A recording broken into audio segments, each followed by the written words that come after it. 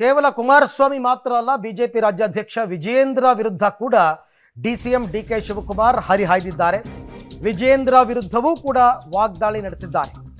Target ಮಾಡಿರದೆ DK Shivakumar ಅವರು ಕುಮಾರಸ್ವಾಮಿ ಮತ್ತು ವಿಜೇಂದ್ರ ಅವ್ರನ್ನ. ವಿಜೇಂದ್ರ ನನಗೆ ಭ್ರಷ್ಟಾಚಾರದ ಪಿತಾಮಹ ಅಂತಾರೆ.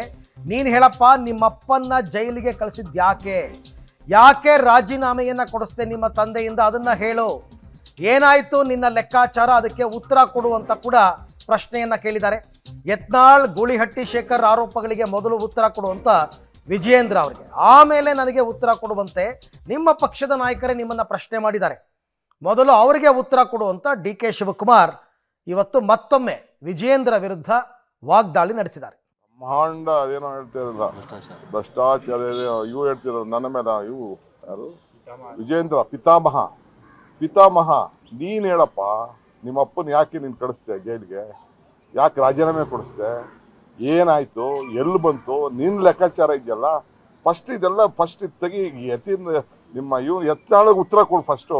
ಬೇರೆ ಗೂಳಿಹಟ್ಟಿ ಶೇಖರ್ಗೆ ಉತ್ತರ ಕೊಡಿ. ನಿಮ್ಮ ಪಾರ್ಟಿಯವ್ರಿಗೆ ಫಸ್ಟ್ ಉತ್ತರ ಕೊಡಿ, ಆಮೇಲೆ ನಮ್ಗೆ ಉತ್ತರ ನೆಕ್ಸ್ಟು.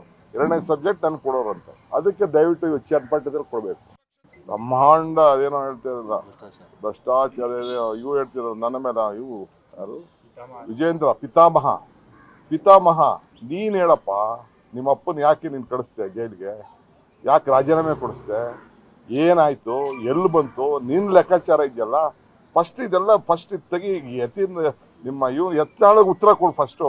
ಬೇರೆ ಗೂಳಿಹಟ್ಟಿ ಶೇಖರ್ಗೆ ಉತ್ತರ ಕೊಡಿ. ನಿಮ್ಮ ಪಾರ್ಟಿಯವ್ರಿಗೆ ಫಸ್ಟ್ ಉತ್ತರ ಕೊಡಿ, ಆಮೇಲೆ ನಮ್ಗೆ ಉತ್ತರ ನೆಕ್ಸ್ಟು. ಎರಡನೇ ಸಬ್ಜೆಕ್ಟ್ ನನ್ಗೆ ಕೊಡೋರಂತೆ. ಅದಕ್ಕೆ ದಯವಿಟ್ಟು. ಸೊ ಇದು ಮುಂದುವರಿದ ವಾಗ್ದಾಳಿ ಡಿ ಕೆ ಶಿವಕುಮಾರ್ ಅವರದ್ದು. ನಿನ್ನೆ ಮೊನ್ನೆಯಿಂದಲೂ ಕೂಡ ತೀವ್ರವಾಗಿ ವಾಗ್ಬಾಣಗಳನ್ನು ಕುಮಾರಸ್ವಾಮಿ ಮತ್ತು ವಿಜೇಂದ್ರ ವಿರುದ್ಧ ಬಿಡ್ತಾ ಇದ್ದಾರೆ. ಅದು ನಿನ್ನೆನೂ ಕೂಡ ಮುಂದುವರೆದಿತ್ತು, ಹಾಗೆಯೇ ಇವತ್ತು ಕೂಡ ಅದೇ ರೀತಿಯಲ್ಲಿ ಮುಂದುವರಿಸಿದ್ದಾರೆ. ಈಗ ಮತ್ತೆ ವಿಜೇಂದ್ರ ಮತ್ತು ಕುಮಾರಸ್ವಾಮಿ ಅವರ ಸರದಿ. ಇವತ್ತು ಪಾದಯಾತ್ರೆಯ 3ನೇ ದಿನ. ಇವತ್ತು ಕೂಡ ಅವ್ರು ಮಾತನಾಡ್ತಾರೆ ಸಹಜವಾಗಿಯೇ. ಇವರು ಕೇಳಿರ್ತಕ್ಕಂಥ ಎಲ್ಲ ಪ್ರಶ್ನೆಗಳಿಗೆ ಉತ್ತರ ಕೊಡ್ತಾರೋ ಅಥವಾ ಉತ್ತರ ಕೊಡದೇನೆ, ಇಬ್ಬರು ಕೂಡ ಉತ್ತರ ಕೊಡ್ತಿಲ್ಲ, ಉತ್ತರ ಕೊಡದೇನೆ ಅವರ ವಿರುದ್ಧ ಚಾಟಿ ಬೀಸುವಂತಹ ಪ್ರಯತ್ನಗಳು ನಡೀತಾ ಇದೆ.